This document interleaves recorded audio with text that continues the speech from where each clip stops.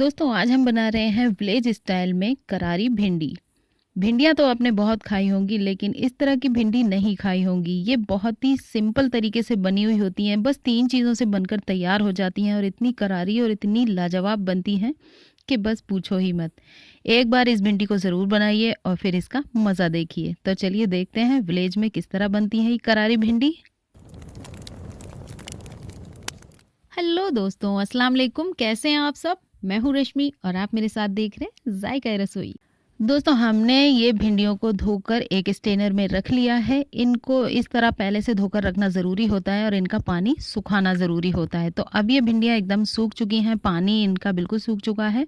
और भिंडियों को इस तरह से तोड़कर देखना है कि भिंडी कच्ची हैं या पकी हैं। अगर आराम से टूट जाती है एकदम तो फिर ये भिंडियाँ एकदम कच्ची हैं और बहुत बेहतर बनेंगी। अगर थोड़ी सी देर में टूटती है तो इसका मतलब वो पकी हुई भिंडी है, तो उसको हम अलग कर देंगे। तो इन भिंडियों को अब हम सबसे पहले कट कर लेते हैं। कट करेंगे हम मीडियम साइज़ के टुकड़ों में, ना ज़्यादा छोटे टुकड़े होंगे और ना ही ज़्यादा बड़े टुकड़े होंगे। अगर आपके पास वक्त है तो फिर आप भिंडियों को धोकर और किसी कॉटन के कपड़े पर सुखा दें, थोड़ी देर के लिए फैलाकर रख दें पंखे की हवा में, तो उसका पानी सूख जाएगा। नहीं तो फिर इनको एक बार रात को काट कर रख दें और फैला दें किसी बर्तन में और इनको सुबह में बनाएं, तो ये बहुत ज़्यादा करारी और अच्छी बनती हैं। तो ये देखिए दोस्तों, हमने ये भिंडियाँ कट कर ली हैं। बस सारी भिंडियाँ हमें इसी तरह से कट कर लेनी है, ना ही ज़्यादा मोटे टुकड़े हों और ना ही ज़्यादा बारीक टुकड़े हों। तो ये हमने इस तरह से कट कर ली हैं मीडियम साइज़ में। और ये जो हमारे पास देखिए, सारी भिंडियों में से हमारे पास बस 2 भिंडी थोड़ी टाइट निकली थी। टाइट भिंडी को बिल्कुल ना डालें क्योंकि फिर वो गलती नहीं है। ये मैंने 1 किलो भिंडी ली है, तो 1 किलो भिंडी सारी बहुत अच्छी निकली है। यहाँ पर मैंने लोहे की कढ़ाई ली है। ख़ास बात यह है इन भिंडियों की, ये लोहे की कढ़ाई में ही बनाई जाती हैं। तो यहाँ पर मैंने लोहे की कढ़ाई ली है, उसमें सरसों का ऑयल गरम कर लिया है। ये 100 ग्राम ऑयल लिया है मैंने। और यहाँ पर मैंने हाफ़ स्पून ज़ीरा डाल दिया था। ज़ीरे को थोड़ा-सा हमने ब्राउन होने दिया है। उसके बाद मैंने इसमें डाल दी है एक बड़े साइज़ की प्याज़। उसको मैंने बारीक स्लाइस में कट कर लिया था। प्याज़ को थोड़ा-सा ब्राउन होने दिया है। प्याज़ ब्राउन हो गई है तो फिर इसमें डाल देते हैं अब हम अपनी कटी हुई भिंडी। भिंडी को प्याज़ में डालकर अच्छी तरह से मिक्स करेंगे। इस तड़के में हम भिंडी को कुछ देर तक इसी तरह फ्राई करते रहेंगे, इसी तरह चलाते रहेंगे। फ्लेम यहाँ पर हमने मीडियम टू हाई रखी है। अभी तो हमें इतनी ही फ्लेम चाहिए, तो इसलिए हमने इतनी फ्लेम रखी है, बाद में हम इसको कम करेंगे। तो बस इसी तरह से हमें भिंडियों को थोड़ी देर तक चलाते रहना है। और ये बस मिक्स हो गई हैं, अच्छी तरह से भुन गई हैं। इसमें 2 से 3 मिनट भून ली थी। और अब इसमें डालेंगे हम नमक। नमक इतनी ही देर में डालना है हमें, क्योंकि नमक डालने के बाद इस भिंडियों से बहुत तेज़-तेज़ आवाज़ें आने लगती हैं, चटकने-पटकने की, और फिर जो मॉइस्चर होता है वो भी रिलीज़ होने लगता है। तो इसीलिए नमक को थोड़ा देर से डालें। तो नमक डालकर भी हमने अच्छे से मिक्स कर दिया है। और अब डाल देते हैं इसमें 3 मीडियम साइज़ के कटे हुए टमाटर और डाल देते हैं इसमें लाल मिर्च पाउडर। लाल मिर्च पाउडर मैंने यहाँ पर 1.5 स्पून लिया है। आप अपने अकॉर्डिंग ले सकते हैं, आप जितनी भी मिर्च खाते हो, तीखा जितना आपको पसंद हो उतना ले सकते हैं। तो यहाँ पर इन चीज़ों को डाल के भी अच्छे से मिक्स कर देना है हमें। इसी तरह चलाते रहना है, भूनते रहना है अच्छे से, क्योंकि अभी तो हम चला सकते हैं क्योंकि अभी भिंडी हमारी गली नहीं है। साबुत रखना है हमें भिंडियों को। तो बस कुछ देर तक हम इन्हें ढककर पकाएंगे, यानी कि 2 से 3 मिनट।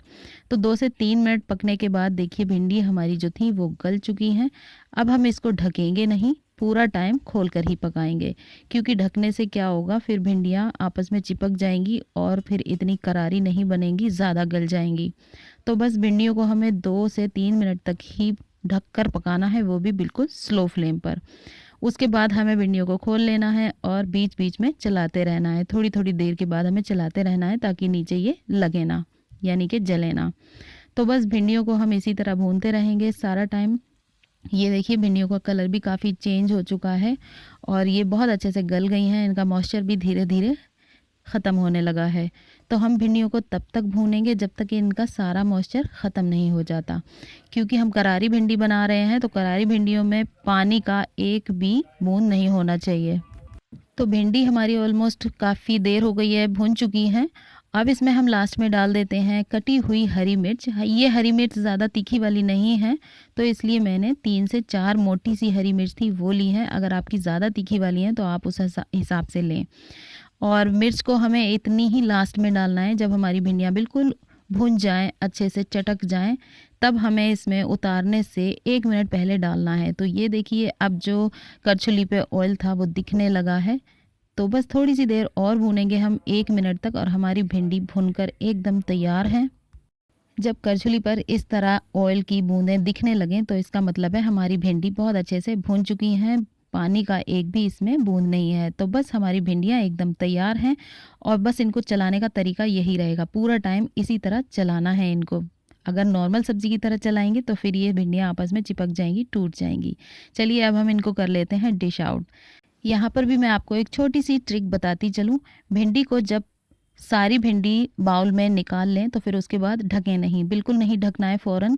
ढकना तब है जब इसकी सारी भाप ख़त्म हो जाए, क्योंकि जब तक भाप रहेगी तो भिंडियाँ ढकेंगी तो उसका पानी जो टपकता है भिंडियों में, फिर उसकी वजह से उसमें पानी हो जाएगा और इतनी अच्छी नहीं लगेंगी। तो दोस्तों कैसी लगी आपको मेरी ये रेसिपी विलेज स्टाइल में करारी भिंडी? अगर अच्छी लगी हो तो लाइक शेयर कमेंट कीजिए और मेरे चैनल को सब्सक्राइब कीजिए। चलती हूँ, मिलती हूँ अगली वीडियो में, तब तक के लिए अल्लाह हाफिज़।